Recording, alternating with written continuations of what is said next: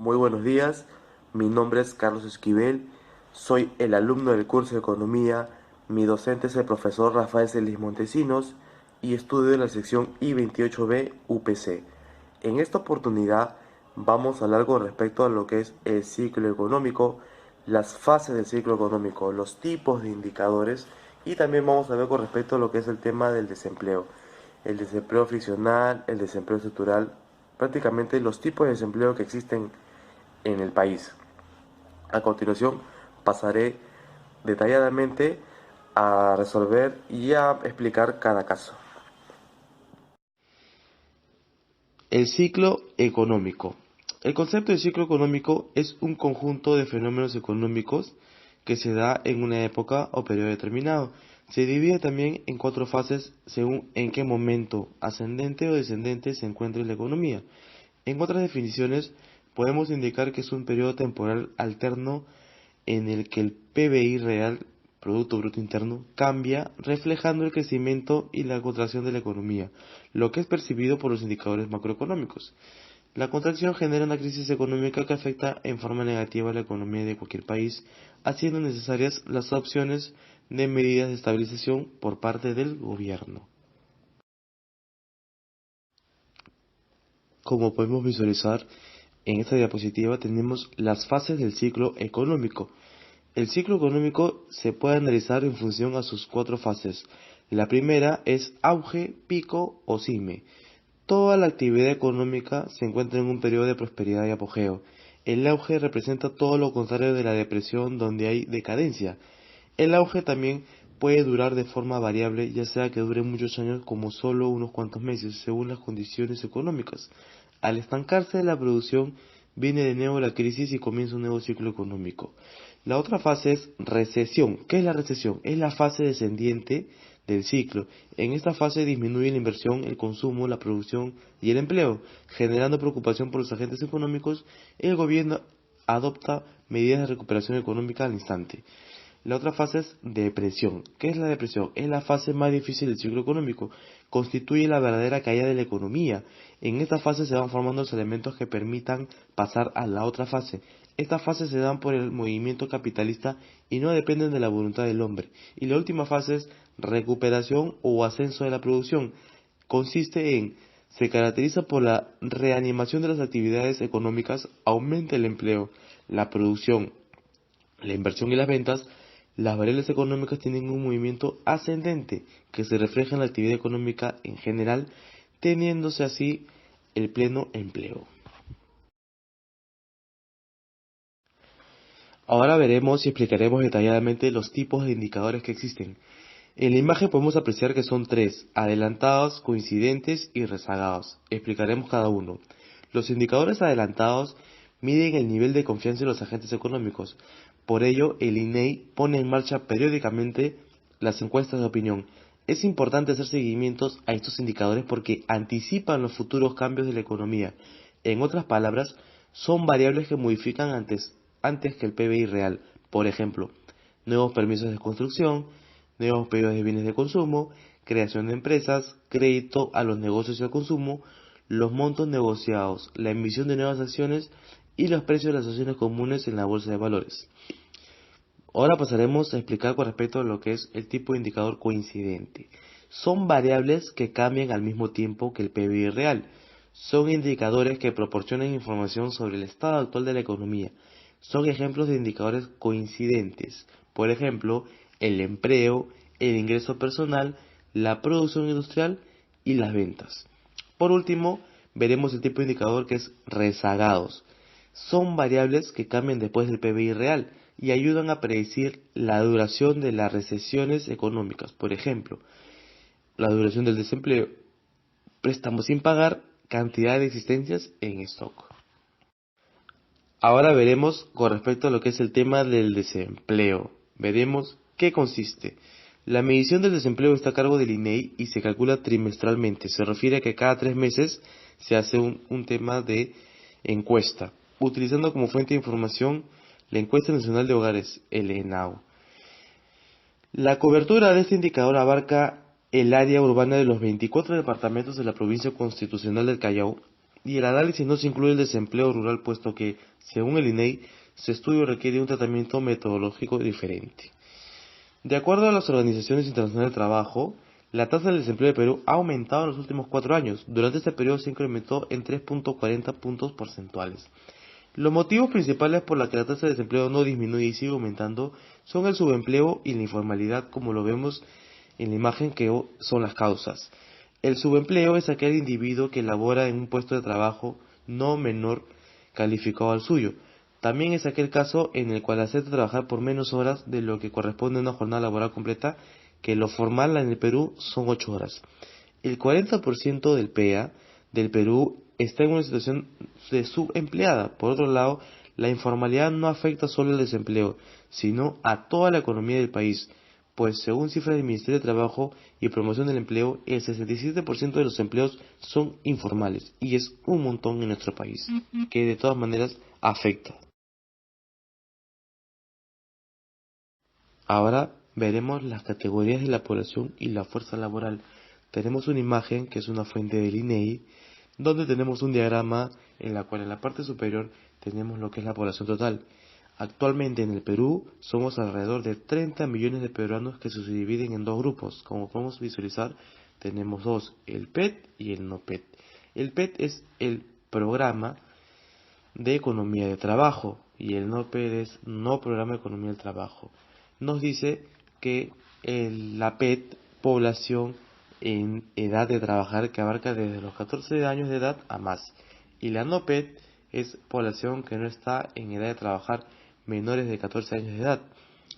Y en la PET tenemos la PEA y la PI. La PEA es población económica activa, PI población económica inactiva. La PET está conformado por PEA y la PI. La PEA está compuesta por ocupados y desempleados, por tanto no debe interpretarse como la tasa de ocupación o desempleo. Asimismo, no provee información sobre la calidad del trabajo generado en la economía, ni la capacidad de la misma para generar puestos de trabajo. Y la PI está conformado por aquellas personas que, teniendo edad de trabajar, ocupan su tiempo en alguna actividad alternativa al trabajo, y por el momento no tienen interés en formar parte de la fuerza laboral. Ahora pasaremos a detallar qué es la población económica inactiva, PI. Es el grupo de personas en edad de trabajar que no participan en el mercado laboral, es decir, que no realizan ni buscan alguna actividad económica. El PI está conformado por los estudiantes, jubilados o pensionistas, rentistas, personas dedicadas a los quehaceres del hogar, ancianos, etc. Y se puede distinguir dos grandes grupos: inactivos con deseo de trabajar, que es en desempleo oculto, e inactivos sin deseos de trabajar, que es inactivos plenos. Podemos tener en las imágenes ejemplos claros, como ya mencionados, y lo volveré a recalcar: estudiantes, labores del hogar, jubilados o prejubilados, incapacitados para trabajar, los presos y los rentistas. Ahora explicaremos lo que es la población económicamente activa, el PA. ¿Qué es la población económica activa? Es la oferta de mano de obra en el mercado de trabajo, y está constituida por el conjunto de personas que, contando con la edad mínima establecida, 14 años en el caso de Perú, ofrecen la mano de obra disponible para la producción de bienes y o servicios durante un periodo de referencia determinado. La población económicamente activa en el Perú se ha incrementado de 57% a 62%, sí, con puntos porcentuales en estos últimos 10 años. Tenemos una imagen en la cual la parte superior tenemos empleados, subempleados y desempleados. Ahora veremos lo que son los indicadores relevantes. Para analizar el mercado laboral se emplean tres indicadores relevantes: la tasa de desempleo, que se calcula como el número de desempleados como porcentaje de la fuerza laboral; la tasa de actividad o participación de la fuerza laboral, que se obtiene dividiendo la población económicamente activa entre la población en edad de trabajar por 100; la razón del empleo a población, que se calcula como el número de empleados u ocupados como porcentaje de la población en edad de trabajar. Ahora tenemos en nuestra diapositiva la siguiente imagen, donde nos refleja unas pequeñas fórmulas. Con respecto a la tasa de desempleo, ¿no? Tenemos el número de desempleados como porcentaje de la fuerza laboral, donde la D es el número de personas desempleadas y el P es la población económica activa. Todo eso se multiplica por el 100. la tasa de actividad o participación de la fuerza laboral, tenemos lo que es la participación de la fuerza laboral o actividad, que es la PEA, que es población económica activa, sobre el PET, que es población de edad de trabajar, por 100. Y la razón del empleo a población es con respecto al número de empleados u ocupados como porcentaje de la población en edad de trabajar. Tenemos la E, que es el número de personas empleadas u ocupadas, y el PET, que es la población en edad de trabajar por 100. Ahora tendremos con respecto a los tipos de desempleo. El primer tipo de desempleo es el desempleo friccional. ¿En qué consiste? Es el producto durante el periodo de tiempo entre que un trabajador deja su trabajo anterior y encuentra el siguiente, es decir, se le conoce como desempleo friccional a la transición de un empleo a otro. A veces se llama búsqueda de empleo y puede ser voluntario basado en las circunstancias de la persona desempleada. Es conocido también como desempleo temporal y se debe a el tiempo que transcurre en encontrar un nuevo trabajo, la falta de información para encontrar un nuevo trabajo, buscan trabajos que mejor se ajusten a sus gustos. El segundo desempleo importante es el desempleo estructural. ¿Qué consiste? Se genera porque los demandantes de empleo no logran encontrar el perfil de trabajador que buscan. No se trata de escasez de demanda, sino que de un cambio relevante en la tecnología o conducta de los consumidores que han modificado las necesidades de los empleadores, mientras que los trabajadores no han tenido tiempo suficiente para ajustar sus habilidades a esta nueva realidad. Así, por ejemplo, la industria de juguetes ha sufrido importantes cambios estructurales, mientras que en el pasado se demandaban trabajadores para hacer tareas artesanales. Hoy en día la demanda se enfoca en trabajadores con amplia experiencia en tecnología, capaces de desarrollar juegos electrónicos e interactivos de distinto tipo. Si los trabajadores de la industria de juguetes no logran ajustar sus habilidades a la nueva demanda, entonces irán quedando sin empleo. Al mismo tiempo, las empresas buscarán sin éxito trabajadores cualificados para las nuevas tareas, quedando varios puestos de trabajo disponibles. El desempleo estructural presenta características que lo diferencian a otro tipo de desempleo. A continuación describiremos tres de las más importantes. No existe la falta de demanda del trabajo. La oferta de trabajo no se ajusta a las necesidades de los demandantes. Tiende a ser un desempleo a largo plazo. Por estas razones, el desempleo estructural es el último tipo de desempleo es el desempleo cíclico. El desempleo cíclico es un desempleo producto de las recesiones o crisis económicas. Está directamente relacionado con el ciclo económico o de negocios y se produce debido a los cambios en el nivel de producción, básicamente a causa de la insuficiencia de demanda agregada. Tenemos una imagen en la cual tenemos el Producto Interior Bruto y el tiempo. Cuando va disminuyendo, ¿no? Cuando empieza de lo bajo y va subiendo, se le considera como depresión a fondo. Cuando va aumentando de poco, es recuperación o expansión. Cuando ya llega a un tope límite, es cima o auge. Y cuando disminuye de manera golpiza, es recesión. El desempleo juvenil es uno de los problemas más serios que enfrenta el mundo. El 40% de las personas desempleadas tienen entre 15 y 24 años. Esto significa alrededor de 75 millones de jóvenes sin trabajo. Más que toda la población de Perú, Bolivia y Chile juntas. En nuestro país, el 21% de la población económicamente activa está compuesta por jóvenes, y de ellos el 14% se encuentra desempleado. Es decir, 1 millón buscando trabajo sin éxito. A pesar de que el 40% de ellos cuenta con un título. A este problema se le suma otro, la informalidad laboral. El 80% de jóvenes que trabaja entre los 15 y 24 años la sufre. Trabajando sin contrato, sin pago de horas extras, ni beneficios sociales, sin derecho a vacaciones pagadas, ni seguro médico. Es la realidad a la que nos enfrentamos. Lo bueno es que detrás de un problema siempre podemos encontrar una solución.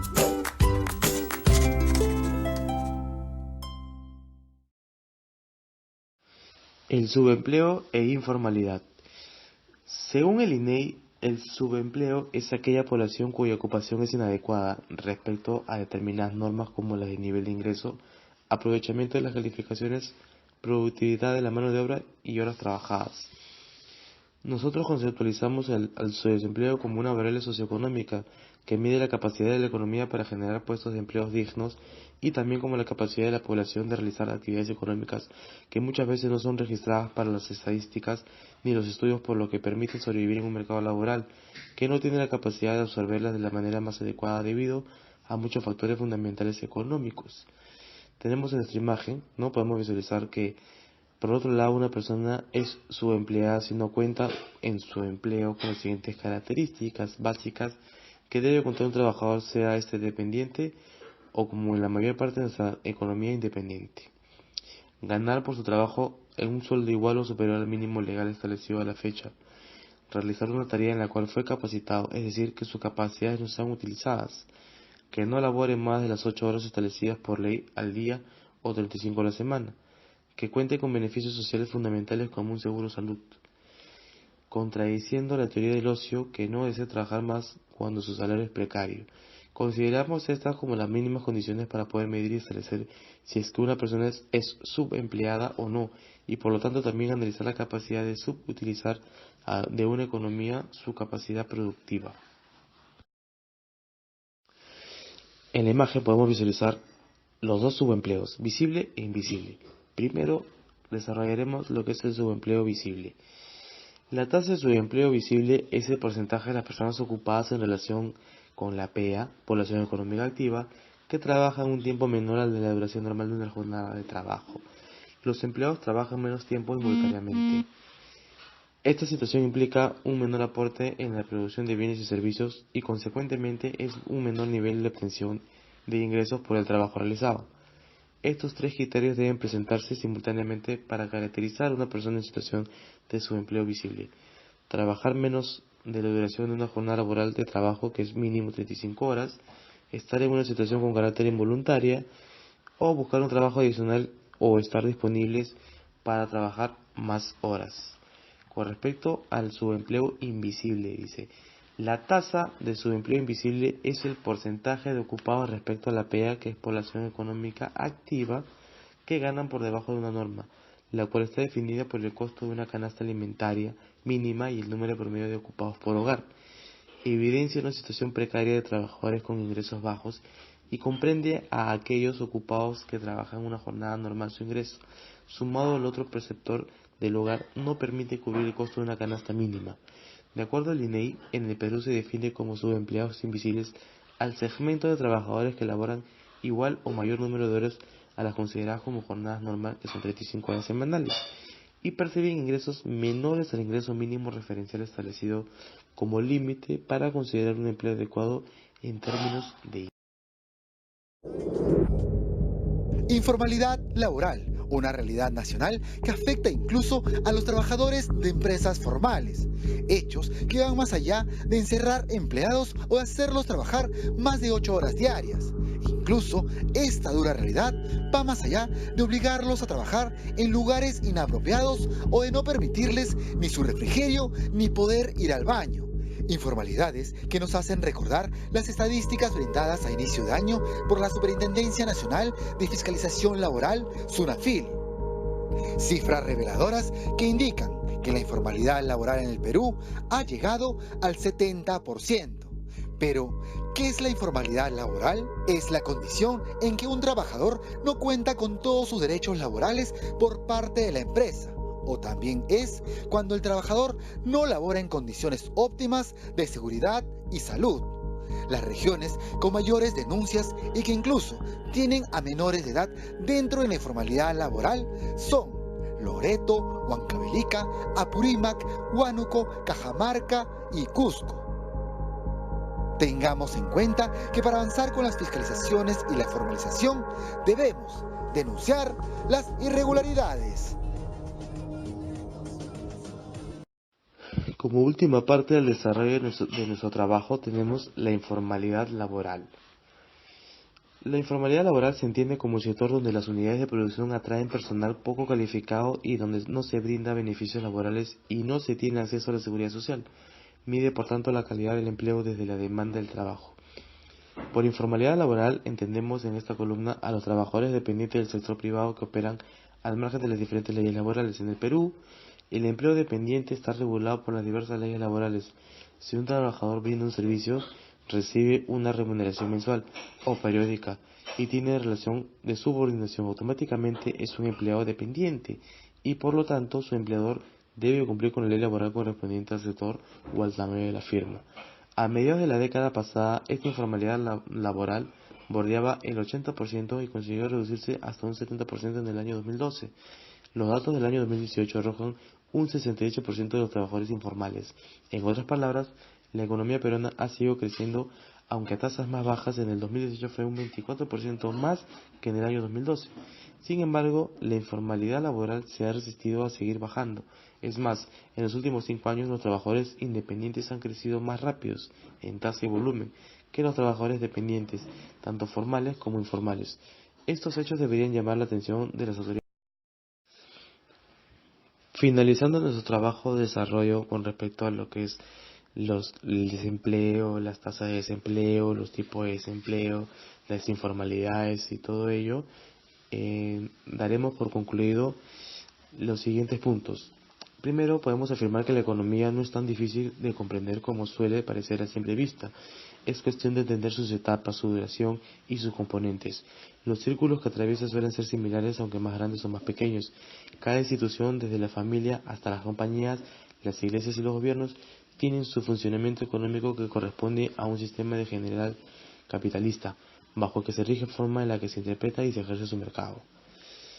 Los ciclos económicos se repiten de manera constante en el mundo, repercutiendo en casi todos los países. En algunos casos estos se mantienen encubiertos para la gran competencia de las empresas multinacionales que al abaratar sus costos reflejan una economía diferente a la realidad, ya que las competencias tan agresivas se están originando al abarcar más mercados, destruyendo cadenas productivas del país donde están ubicados y reflejándose en la economía de los mercados locales así como de los consumidores. Una de las consecuencias de la etapa recesiva del ciclo económico es el desempleo. El desempleo y la violencia están directamente ligadas debido a que, si no hay oportunidades algunas, personas deciden, debido a su situación de desesperación, recurrir a estos actos delictivos como robo, sicariato, mafia, trata de blancas, pornografía, entre otros.